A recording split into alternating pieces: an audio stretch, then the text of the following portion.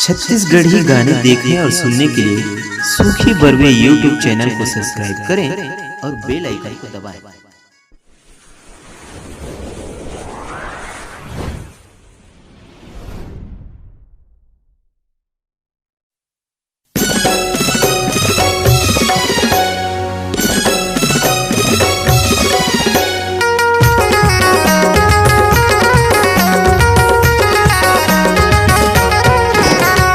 माल कचा कच है रे माल कचा कच है, माल कचा कच है रे माल कचा कच है। रंग भर ले पिचकारी माँ माल कचा कच है, रंग भर ले पिचकारी माँ माल कचा कच है। माल कचा कच है रे माल कचा कच है, माल कचा कच है रे माल कचा कच है। रंग भर ले पिचकारी माँ माल कचा कच है, रंग भर ले पिचकारी माँ माल कचा कच है।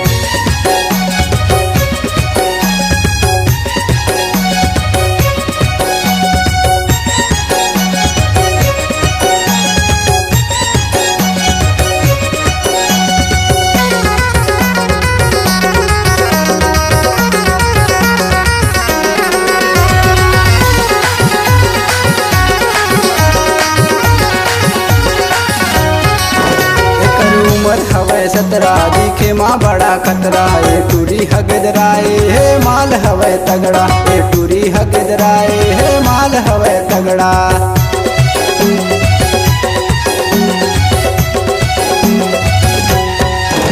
एकर उमर हवे सतरा दिखे माँ बड़ा खतरा, ए टूरी हगदराए हे माल हवे तगड़ा, ए टूरी हगदराए हे माल हवे तगड़ा।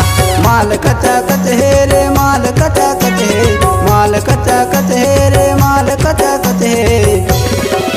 रंग भर ले पिचकारी माँ माल कचा कच है, रंग भर ले पिचकारी माँ माल कचा कच है।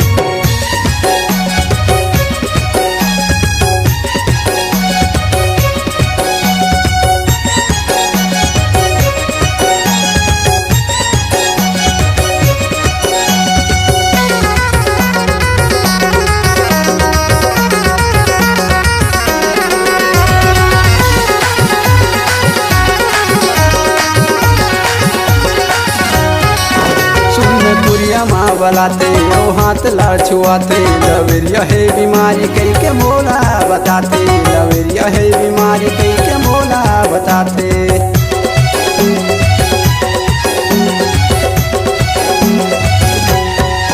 सुनपुरिया माँ बलाते ओ हाथ लाछुआते, लवेरिया है बीमारी कई के मोला बताते, लवेरिया है बीमारी कई के मोला बताते।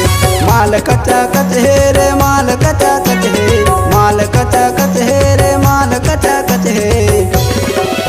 रंग भर ले पिचकारी माँ माल कचा कच है, रंग भर ले पिचकारी माँ माल कचा कच है। माल कचा कच है रे माल कचा कच है, माल कचा कच है रे माल कचा कच है।